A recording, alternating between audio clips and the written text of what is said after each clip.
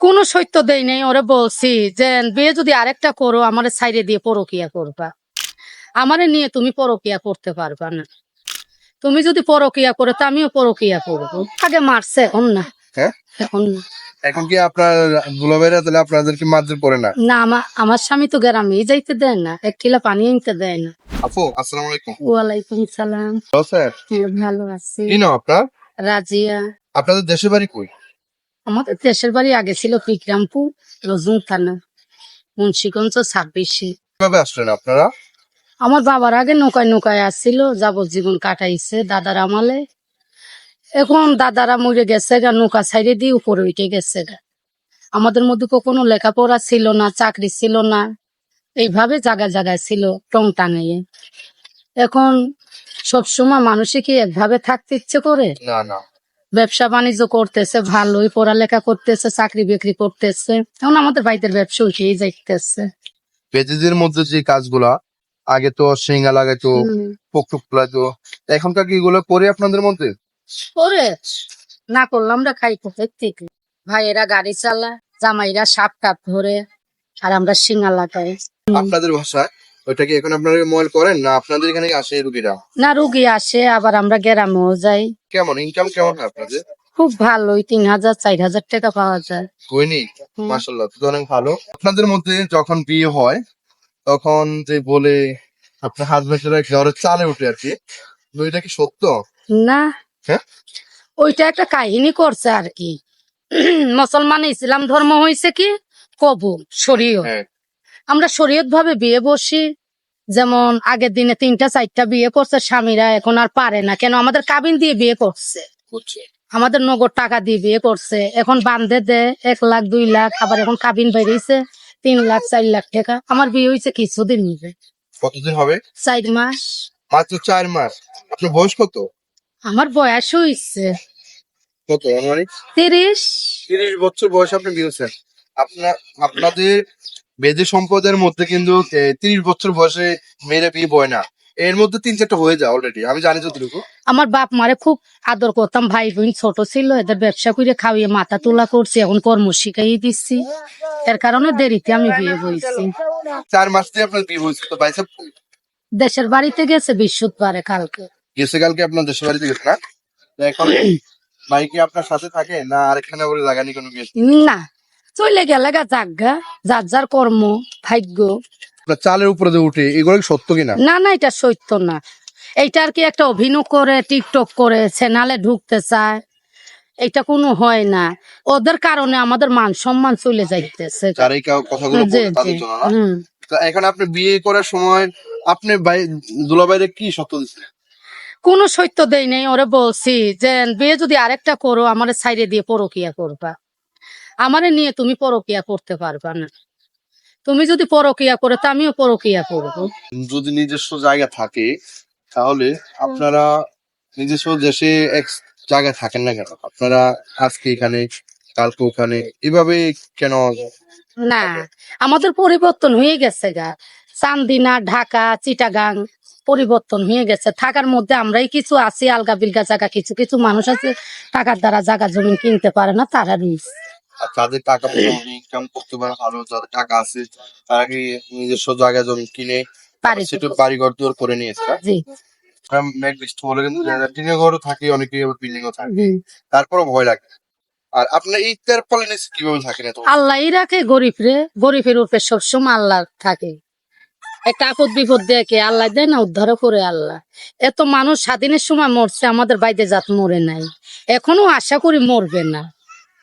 আপনাদের মূলত কোথা থেকে আসার আগমন এখানে? এইখানে হ্যাঁ, এখানে সেখানে আমরা ছোট ছোট ছিলাম, আমাদের জন্মটাই এই এলাকা, আমরা এই এলাকার ভোটা। আপনি এইখানে গোটা হয়েছেন? জি জন্মগত আপনি এখানে? জি। আপনি ওই যে টাকাতে সম্পৃক্ত স্যার, এইটা আমার বাবা ছিল, দাদারা ছিল, আমার মারা ছিল। ওইখানে আপনার অরিজিনাল বাবা ছিলেন না? না না, না। আপনি আমি বিয়ের সাথে বলছি আল্লাহ দেখ আপনার ছেলে মেয়ে হবে, তখন এদের চিন্তা ভাবনা কি, ভবিষ্যৎ চিন্তা কি? আপনারা কি এদের কি আপনাদের মতনই ইনকাম কাজ কাম করানোর জন্য শিখাবেন, না অন্য কোনো চিন্তা ভাবনা আছে আপনার? না অন্য চিন্তা আছে। হ্যাঁ? একটা বাচ্চা কাচ্চা যদি পড়ালেখা করাই, আমরা বৃদ্ধ হয়ে গেলে কর্ম করে খাইতে পারবে, রিক্সা চালাই খাইতে পারবে। আমাদের মধ্যে তো মাটি কাটতে পারে না, রিক্সা চালাইতে পারে না, ভ্যান চালাইতে পারে না। এখন মোটামুটি আমাদের যেই পর্যায়ে হয়েছে সম্পূর্ণ চাকরিজীবী হয়ে গেছে পড়ালেখার কারণে। একটা বাচ্চা কাচ্চা মুখের কথা না, আর পড়ালেখা মুখের কথা না।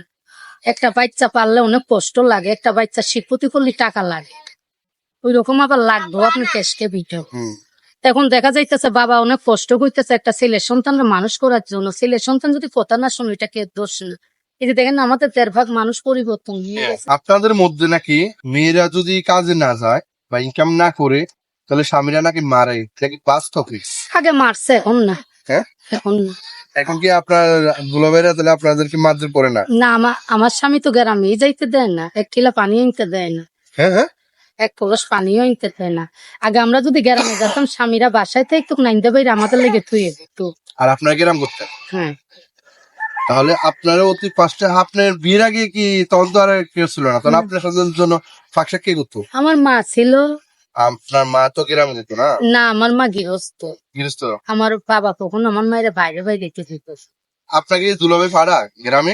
না পাড়ায় না? না না, 1 বেটার বউ 100 বেটার মুখ দেখলে এটার মতন জায়েজ আছে? না।